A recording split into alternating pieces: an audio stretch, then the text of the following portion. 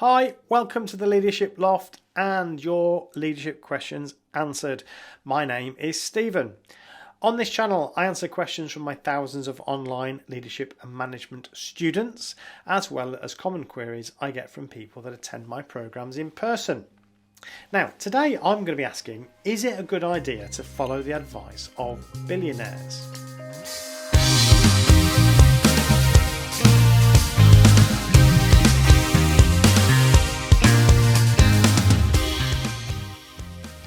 A bit of context. I went through a spate a while ago of reading the biographies of famous and what we might call successful people. Often business people, like Richard Branson, Gordon Ramsay, also politicians like Barack Obama, sports people like Lance. Anyway, I think one of the reasons I was reading about these people who had succeeded in their chosen field was that I wanted to see if they were giving away something special. A kind of secret sauce, if you will. What made them the success they've become, including their leadership skills. These days, lots of people hold up others like Elon Musk, Beyonce, Jeff Bezos, and Oprah Winfrey as examples of how to do it. Some of these people reach sort of guru status who can do no wrong. So, is it worth copying them? Well, they're obviously successful, so why wouldn't we take a leaf from their book?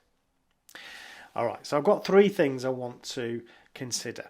Firstly, I think it's important to ask, what does success mean to you and me? Now, I know it's a bit of a cliche, but is being rich the only thing we care about? If it is, then fine. We might want to look at somebody who's been incredibly wealthy. But if it's not, if there are other things that matter to us, like happiness and fulfilling relationships, having time to enjoy nature or do our hobbies or whatever it is that we want to do, then there will be times when we have to make some choices about how much time we spend becoming a financial success and how much we spend on other priorities.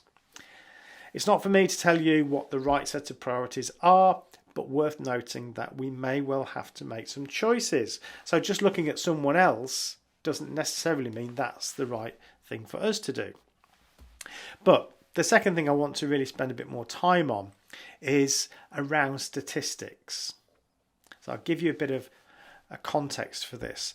A few years ago, I had a Twitter conversation with somebody who disagreed with my comment about the importance of planning before investing a lot of resources into a project. And he cited Elon Musk. He explained that Elon Musk didn't do this and would just try things and then adjust to whatever happened. Now, I can't speak to whether this is actually his stated strategy, but it did get me thinking. And it got me thinking about numbers. Let me explain.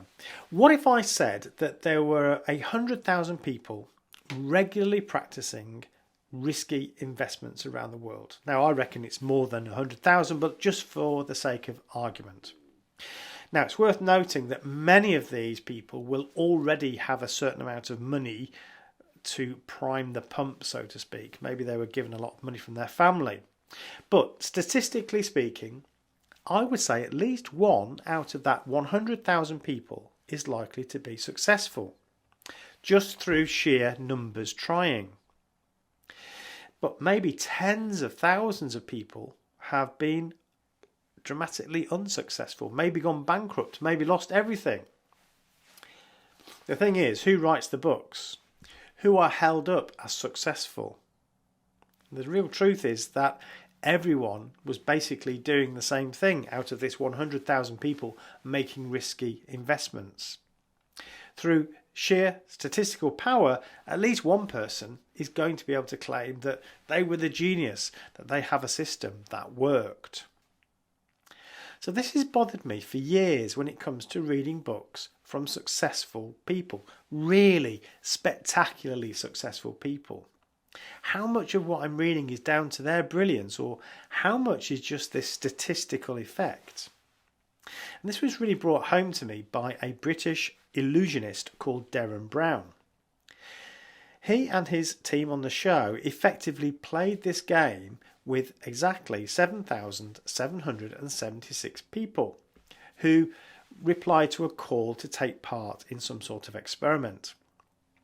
They were divided into 6 equal groups, and then the show found a horse race with 6 horses in it, and so each of these groups were given a different horse to bet on.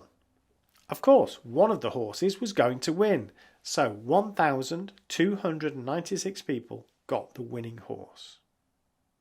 And this was repeated for another race, with this 1,296 people being divided into 6 equal groups, and this was gone on over and over again until we get to the last race with 6 people all being given a different horse to bet on. Now, of course, someone is going to win. Now, in the TV show, this woman who ends up winning believes that she's been given a foolproof system. Now, why does she believe that? Well, because she's been successful 5 times already in these 5 different 6-horse races. This seeming system has told her the truth every single time.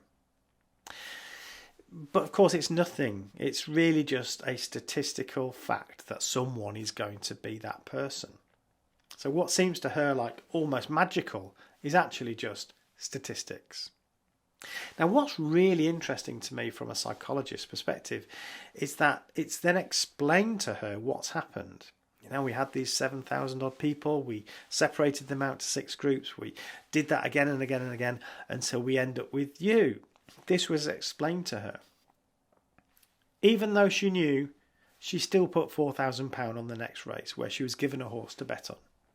She knew that there was no real system, but this feeling, this belief was so strong because she'd been successful all this time. Now, if you want to look at this show more about what happened, then I've put the links to Derren Brown's show in the notes, and I recommend watching it. It's absolutely fascinating. And I suggest that people who are super successful, let's say unbelievably so, are in most, if not all cases, simply the beneficiaries of such a statistical anomaly. They are outliers. That for every Elon Musk who risked everything and won, there are thousands who lost everything. It's just that you don't hear about them. They don't write the books. They don't have movies made about them, and they are not celebrated entrepreneurs.